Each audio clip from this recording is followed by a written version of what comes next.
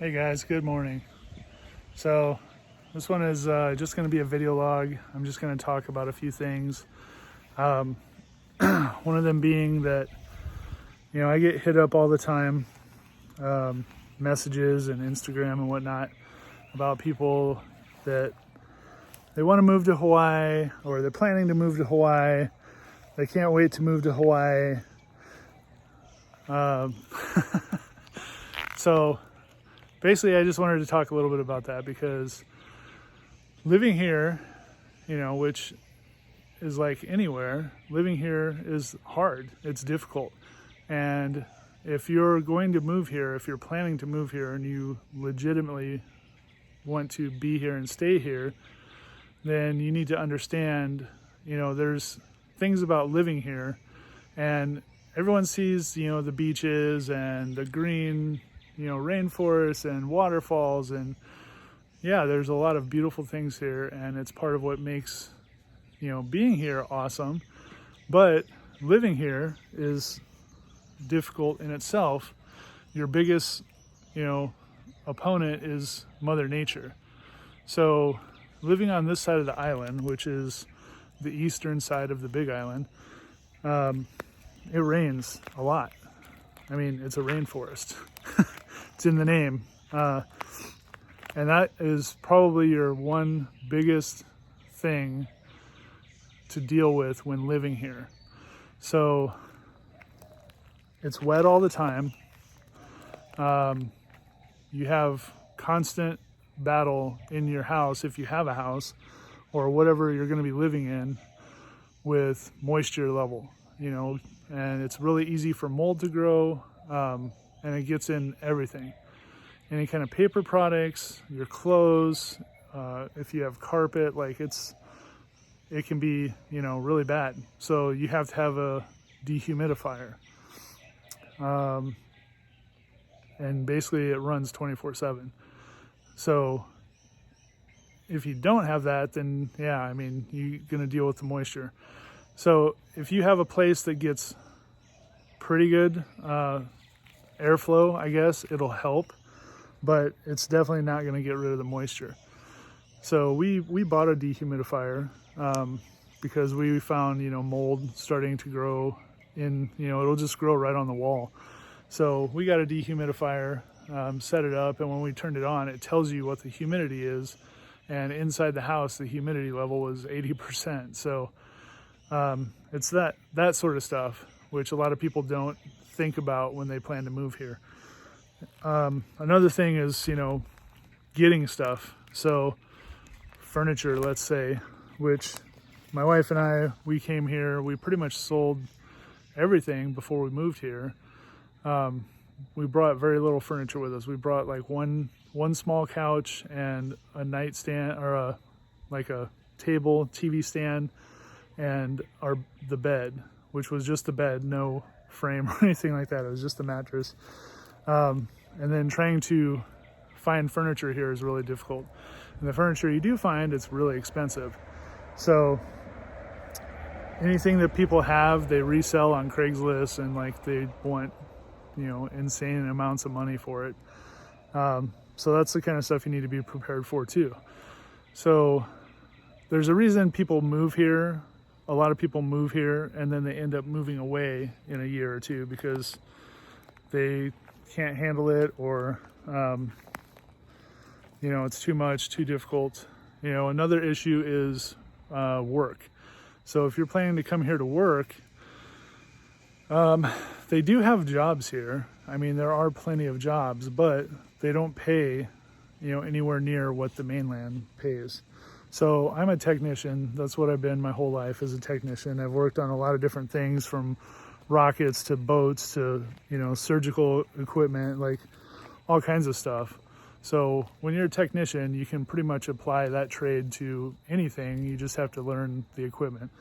But anyway, I came here, and I'm not going to talk about my pay, but I had a $14 pay cut from what I was making on the mainland to what I was making here.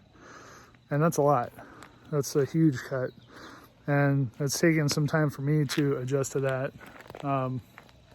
But you know, that's things that you need to consider. Whatever your field is, what you're going to be doing. So if you have, you know, let's say you have a house in the mainland and it's paid off or almost paid off, and you sell it and you're going to get, you know, a good amount of money, that would be good.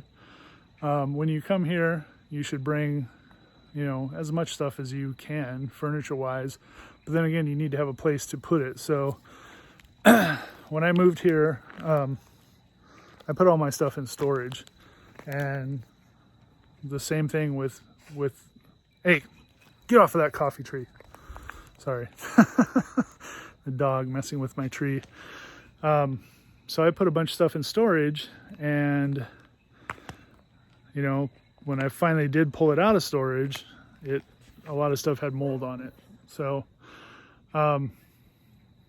if you're going to come here, you need to, you know, have a plan, have some finances set up, or some kind of a plan for finances, because those are the things that cause people to leave. You know, they come here for a year and it's not what they thought, and then they move away. So there's a lot of that on the Big Island, but it's because I understand the allure. It's the same thing. Like, I wanted to have land, I wanted to come here, I want to grow stuff, you know, and you can grow all kinds of stuff here. Like, you could eventually, you know, set up enough if you have, and you don't need a lot of land. You could have 1 acre, even less than an acre. Get out of the, kick your ass, dog. Look at him. Hati, what are you doing? Why are you getting in my coffee trees? Huh? Huh? Why are you getting in my coffee trees, huh? Silly. Okay, go play. He's like messing with my trees. All right, back to business. Okay. So that's why I wanted to do this video, just so to kind of give a more realistic idea of what people need to expect when they're coming here. And then of course, you know, it is a small town. Like, on this side of the island, I mean, on the entire island, I think there's 200,000 people, you know, on the whole island, like permanent residents. Maybe more, might be 250,000, but still, that's tiny.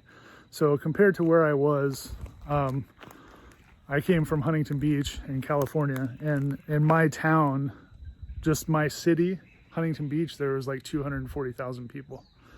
You know, and that's south of Los Angeles, which in that whole area, there's like 15 million.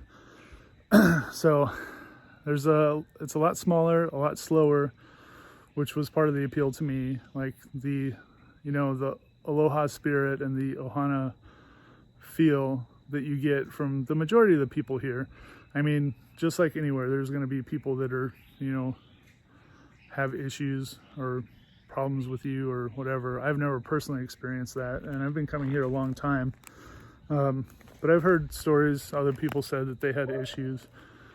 But it, you know, maybe it's the energy you're putting out, I don't know. So anyway, I just wanted to kind of put that out there, and for people thinking about moving here, I mean, if you have questions, like, I'll answer whatever I can if you message me or email me or whatever. I have no problems with that. Like I said, I've had a lot of people contact me before, you know, asking about land in different areas and where they can go and that kind of stuff. So I have no issue with that. If you have a question, you know, message me, I'll respond.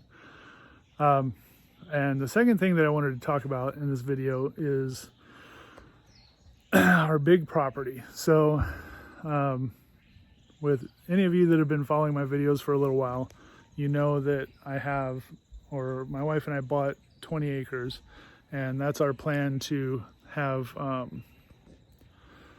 you know, eventually develop that as a farm, coffee orchard, all that. So we bought this house in December because my wife needed to have a place to work. It wasn't really in our initial plan to buy a house that soon, like we were going to build a house. But because of the way rent is here, it was actually cheaper for us to buy a house than to pay rent. You know, rents are $1,200 and up for a 2-bedroom if you're anywhere around Hilo pretty much. You can find some cheaper, but like that's pretty much the standard, and then it goes up from there. And you know, for our mortgage, we ended up paying less than that. Our mortgage is like $1,000, and you know, with insurance and association fees and everything, it comes out to like $1,225 or something like that a month, which is less than rent, and we own it. So that was the reason why we did that. I had been talking to the ag credit services here in Hawaii, or in Hilo, and I was planning to get financing to help clear the land, to get the first acre of coffee set up and all that. And that plan that I submitted was basically for $45,000. So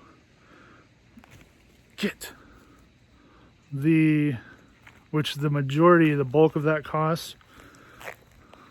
Hati, what are you doing? Get out of there. Oh, ass. Anyway, the majority of that money was all for bulldozing. So the quotes that I was getting back, which was way more than I expected, which I went to multiple places, was around $30,000. And that was basically to cut a 500-foot road going in and an 800-foot perpendicular road going the length of the property, and then clearing the first acre of coffee. I'll put a little inset of my drawing that I did.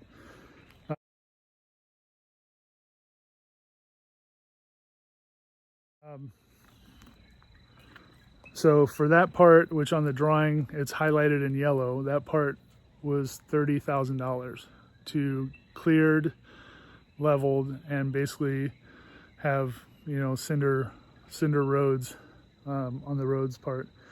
So anyway, since we bought the house, or just bought the house, it messed up our debt ratio, which I never really cared about before, but apparently when you try to get a loan, they care about that.